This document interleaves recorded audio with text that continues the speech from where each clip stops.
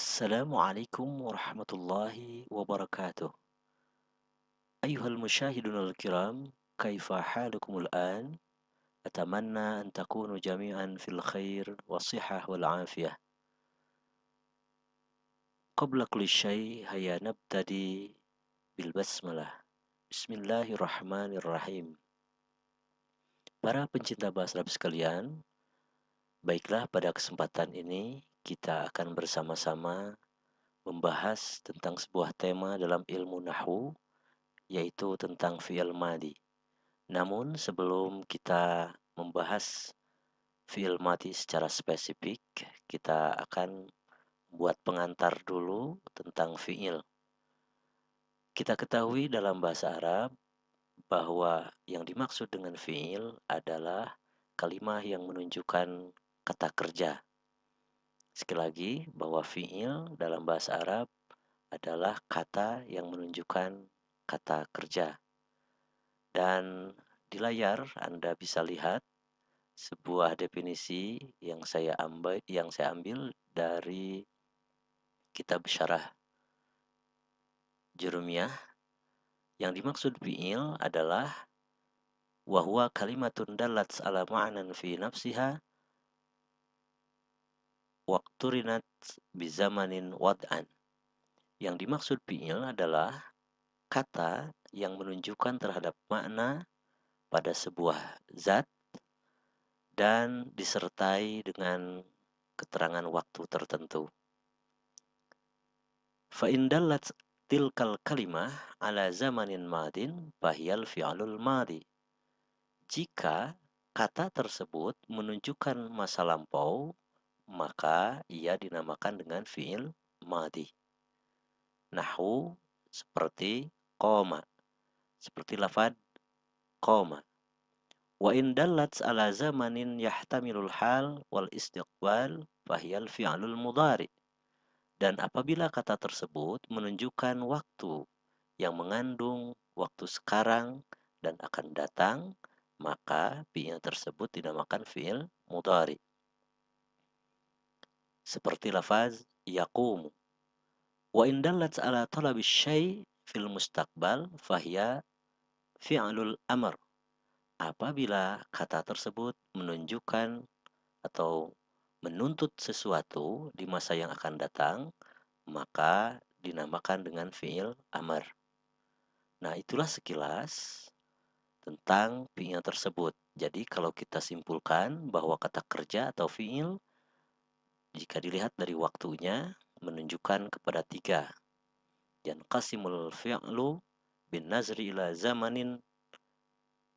zamani wuqu'ihi, terhadap waktu itu terbagi menjadi tiga, ya. Yang pertama adalah fi'il madhi, yang kedua fi'il mudhari, dan yang ketiga adalah fi'il amr. Dan kita berikan contoh yang seperti tadi, lafadz qama itu menunjukkan fi'il madhi, yaqumu fi'il mudhari, dan qum adalah fi'il amr. Atau misalkan dengan kalimah kataba fi'il madhi, yaktubu fi'il mudhari, dan uktub adalah fi'il amr. Dan itulah sebagai pengantar, kita fokuskan sekarang pada pembahasan tentang al-fi'lul madhi. Apa yang dimaksud fi'il madhi? Tadi sudah dijelaskan, yaitu dalam kalimat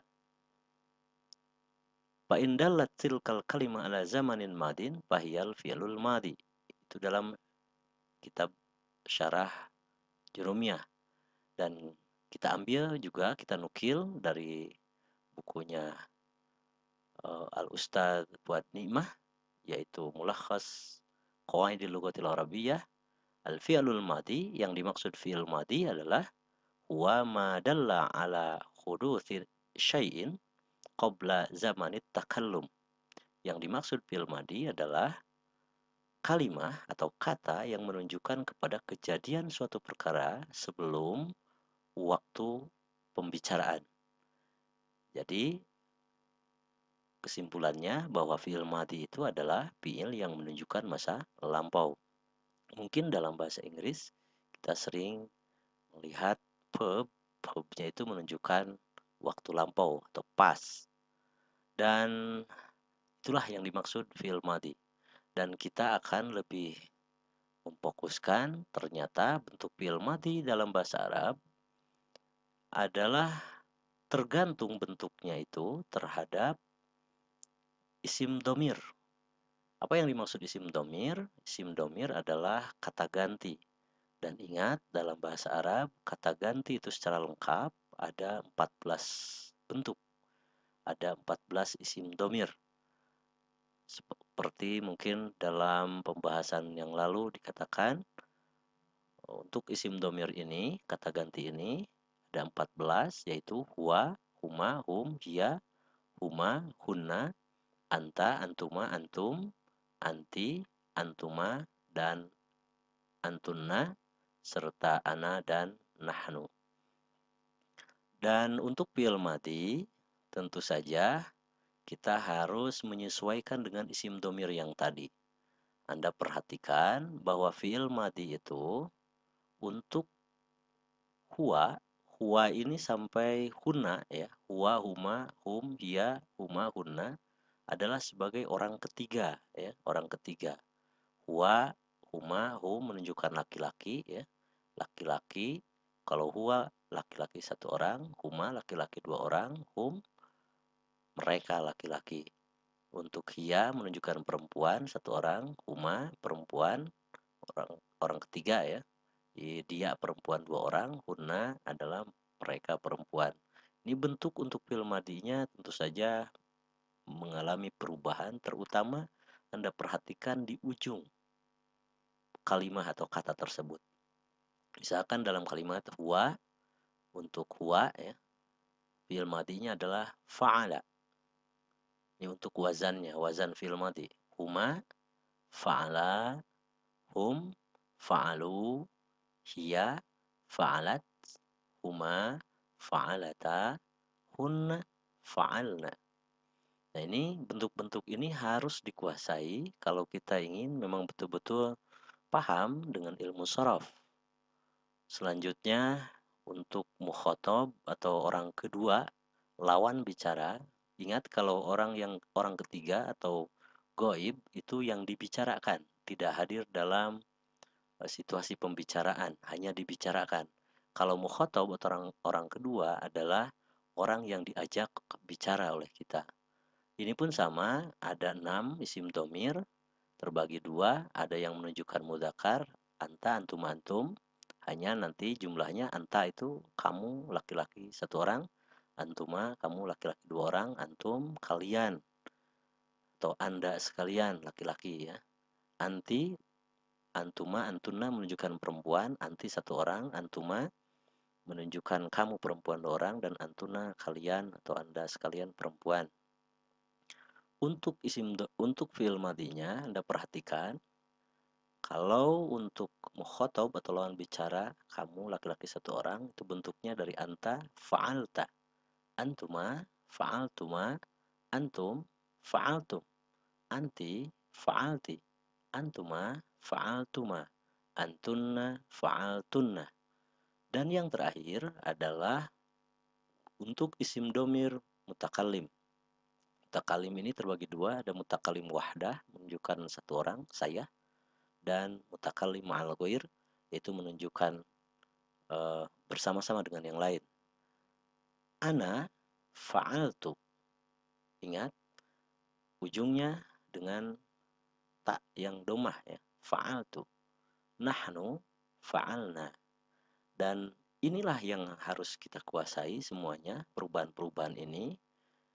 Kalau ingin betul-betul menguasainya tentu saja harus dihafalkan sampai hafal di luar kepala ya. Dan itu adalah contoh dari wazan. Sekarang kita lihat di mauzun atau dalam pinya-pinya yang lainnya ya. Nasoro, huwa, nasoro, huma, nasoro, hum, nasoru. Sama perubahannya ada di ujung ya. Hiya, nasorat. Ini untuk perempuan. Huma, nasorota, hunna, nasorna. Hunna, nasorna. Anta, nasorta. Antuma, nasartuma, antum nasartum, anti nasarti, antuma nasartuma, antunna nasartunna, ana nasartu, nahnu nasarna. Sama pinya-pinya yang lain pun berlaku untuk perubahan-perubahan tersebut. Misalkan kata akroma, ta'allama, semuanya itu akan mengacu kepada isim domir. Jadi kalau kita misalkan ingin betul-betul menguasainya, harus dihafal di luar kepala. Dan bahkan kita pun harus secara psikologis, kita harus berpikir atau menerapkan rumus ini pada aspek psikologis atau aspek kebahasaan dalam kita berpikir dalam kejiwaan kita ya. Huwa akroma, huma akroma, hum akromu, ya akramat, huma akramata, hunna akramna, anta akramta, antuma akramtuma, antum akramtum, anti akramti, antuma akramtuma, antunna akramtunna, ana akramtu, nahnu akramna. Nah, itu untuk fiil-fiil yang ujungnya tidak ada persoalan. Jadi fiilnya fiil sahih. Dan kalau kita lihat misalkan pada fiil-fiil mu'tal, dan ini sudah dibahas sebetulnya pada pembahasan tentang fiil sahih dan fiil mu'tal. Contoh misalkan pada kalimat goza yang kebetulan ini adalah fiil mu'tal. Mu'talnya mu'tal lam ya. Kita perhatikan huwa, misalkan untuk goza, huwa, goza, hum, huma, gozawa, hum, gozau, hiya, gozat, huma,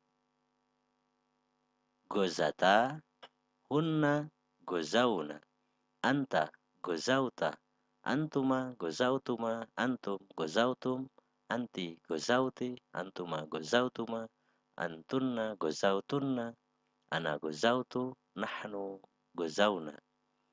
Ini pun sama berlaku pada pinya-pinya yang nakis yang lain ya. Dan di sini pun ada juga kalimat yang kebetulan ini fiilnya fiil ajwab atau mu'tal ain. Misalkan huwa tofa, huma tofa, hum tofu, hiya tofat, sampai sini tidak ada persoalan. Huma tofata, hunna. Nah, di sini sudah ada perbedaan pembacaan, tidak tofna ya. Karena kalau di tofna berarti itu ada iltiqa'us sakinain. Berarti ada dua huruf yang disukunkan secara beriringan. Nah, di sini diganti dengan domah. Kenapa diganti dengan domah? Karena asal katanya tofa itu dari towafa. Kebetulan wawunya dihilangkan ya, digantikan dengan alif ya. Karena sebelumnya fathah. Jadi tofa. Tapi ketika kembali lagi ke domir hunna, maka wawu tersebut muncul kembali dan digantikan dengan harkat dhammah. Tufna, hunna tufna, anta tufta, antuma tuftuma, antum tuftum, anti tufti, antuma tuftuma, antunna tuftunna, ana tuftu, nahnu tufna. Dalam kalimat ba'a juga sama seperti itu, hanya kita melihat bahwa untuk kalimat ba'a berbeda dengan topa. Kalimat ba'a ini atau kata ba'a ini adalah asli dari huruf alifnya adalah ya. Kalau tofa tadi wawu ya. Nah, ini dari mana kita mengetahuinya? Yaitu dari fiil mudhari'nya. Tofa yatufu, ada wawu di situ. Ba'a yabi'u, berarti huruf aslinya adalah ya. Ba'a huma, huwa ba'a, huma ba'a, hum ba'u, hiya ba'at, huma ba'ata. Sampai di sini tidak ada masalah. Nah, muncul pada domir nahnu lagi.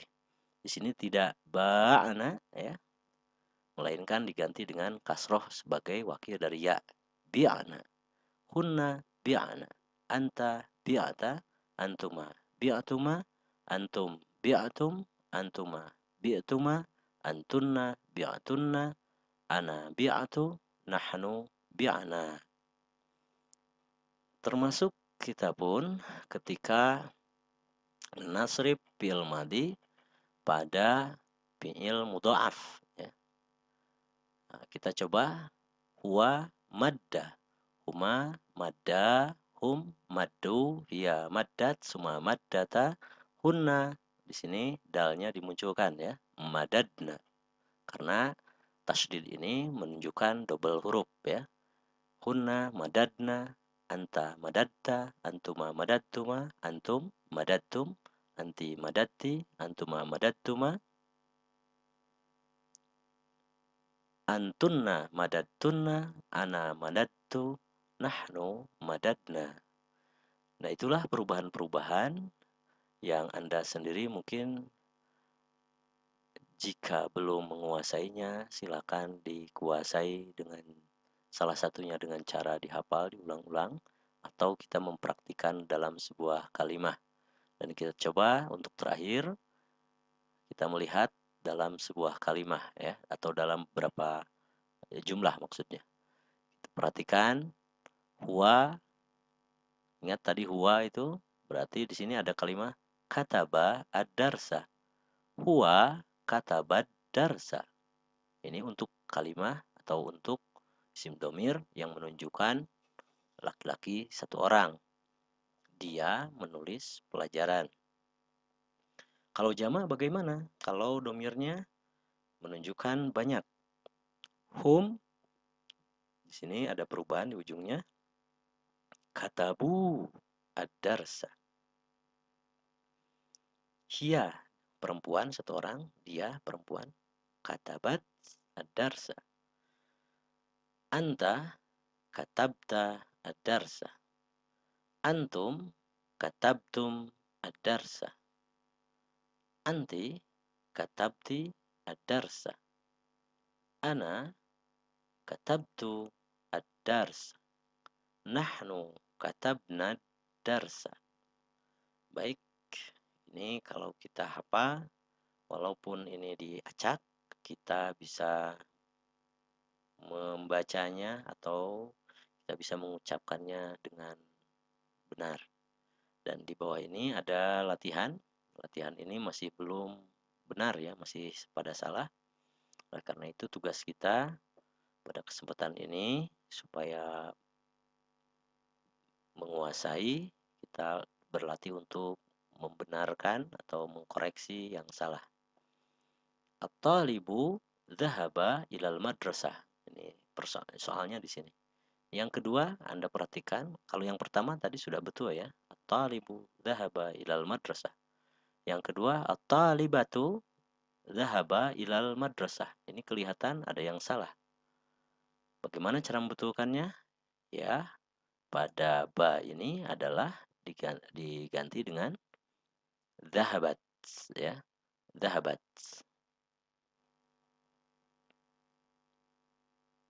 Kita ganti dulu dengan ta ya. Dhahabat. At-talibah, at-talibatu dhahabat ilal madrasah. Sekarang yang selanjutnya at-talibani. Bagaimana menggantinya? Menunjukkan at-talibani berarti menunjukkan domir huma dari huwa ya, laki-laki. Berarti dhahaba ilal madrasah. Talibani dhahaba ilal madrasah. At-tullab berarti menunjukkan jamak ya. Berarti isim domirnya apa? Hum. Berarti at-tullab dhahabu. Dhahabu ilal madrasah. Ingat di depan wawunya ada alif ya. At-talibatu ini jamak muannas salim berarti menunjukkan isim domirnya adalah hunna. Berarti dhahabna ilal madrasah. Talibatu dhahabna ilal madrasah. Anta. Nah, ini ke domir mukhatab. Laki-laki satu orang. Anta dhahabta ilal madrasah. Anti dhahabti dhahabti, ya. Bedanya kalau anta, dhahabta, kalau anti, dhahabti. Kita sengaja tidak pakai harkat supaya kita terlatih. Antum, dhahabtum, ya. Antum, dhahabtum ilal madrasah. Ana, dhahabtu ilal madrasah.